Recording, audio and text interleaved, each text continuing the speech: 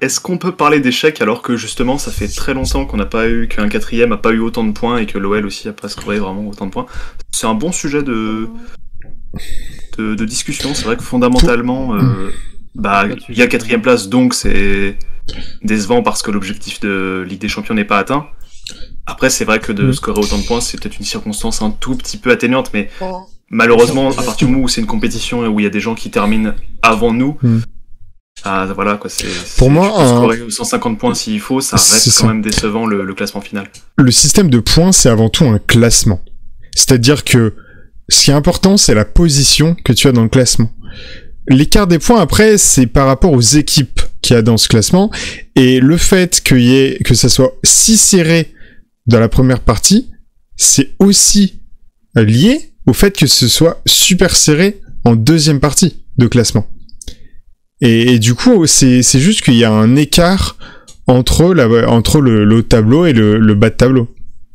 C'est aussi simple que ça. Alors, le nombre de points, pour moi, ça a aucun sens de dire, si on avait été dans telle saison, avec ce nombre de points, on aurait gagné. Parce que tu joues pas contre les mêmes équipes, et surtout, tes adversaires. Enfin, les adversaires sont tes adversaires directs sont différents. Ouais, c'est vrai. Mais et là, honnêtement, l'écart de points qu'il y a entre l'OL, par exemple, et Lille, qui est toujours premier, même si l'écart c'est un peu rétréci avec le PSG et avec l'OL, du coup, puisque Lille a fait match nul ce soir, fait penser directement à la série un peu de 5 matchs sans victoire que l'OL a eu à la reprise du championnat, avec beaucoup de matchs nuls où on se dit, mince, là il y a 2 points qui ont été perdus, ici aussi il y en a 2 qui ont été perdus, et ça fait du mal au final sur cette fin de saison.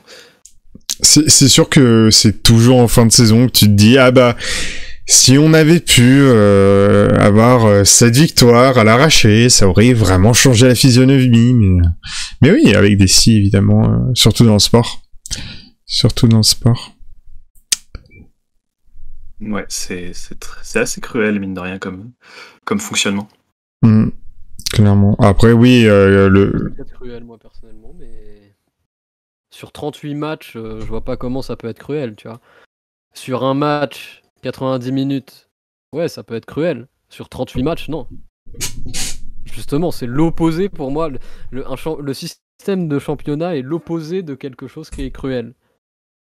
Plutôt, je vais peut-être c'est censé gommer les exceptions footballistiques dues à une barre. C'est censé gommer pardon, je me suis mal exprimé, c'était plutôt l'aléatoire. Le fait d'avoir gaspillé ces petits points sur les 6 premières journées, du coup, où il y a eu pas mal de ratés avec des matchs nuls, il y a même eu une défaite contre Montpellier.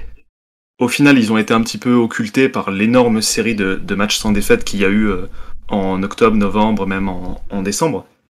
Et c'est dans cette toute fin de championnat, avec notamment la défaite contre Lille qui a un peu tout cassé, qu'on se rend compte vraiment que ces petits matchs où il y a eu des anicroches au tout début de la saison, comptent limite double, quoi, puisque c'est eux qui vont compter dans la sanction lyonnaise qui risque de pas être dans le top 3. Et merci beaucoup du follow, TheBadGun62. Merci, installe-toi. N'hésite pas à parler dans le chat, on va bien t'accueillir, bien sûr. Et je te laisse, Dim. Pour moi, le sujet, c'est pas du tout lié au premier match de la saison, mais lié à la période janvier, mars, avril. C'est le moment où on a perdu des points bêtement, parce que je rappelle qu'on est champion d'automne.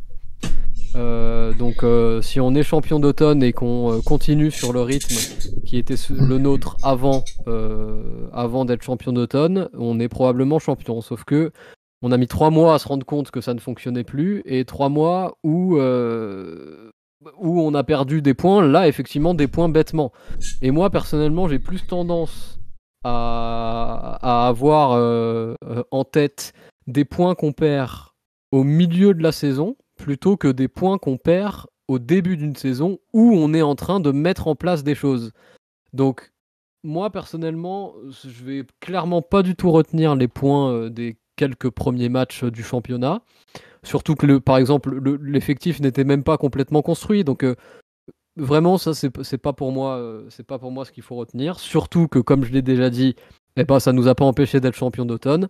Pour moi, ce qu'on retient, c'est 3 mois et demi où j'ai fait que pester parce que rien n'allait comme il fallait et qu'aucun changement n'était effectué pour essayer de contrer le fait que rien n'allait comme il fallait. Donc, on a mis champion trop de temps d'automne sans avec notamment Monaco et Lille bien derrière nous, hein, quand même. Il y avait... C'est surtout ces deux clubs qui ont été bons lorsque nous n'avons été pas à la hauteur. Mais Monaco qui largué complet. c'est surtout Monaco. Ouais, surtout Monaco. Lille et PSG étaient genre à 2 points, je crois, de l'OL ou quelque chose d'assez proche au final. Ouais, c'est vrai que Monaco sur l'année 2021 fait une grosse remontée en termes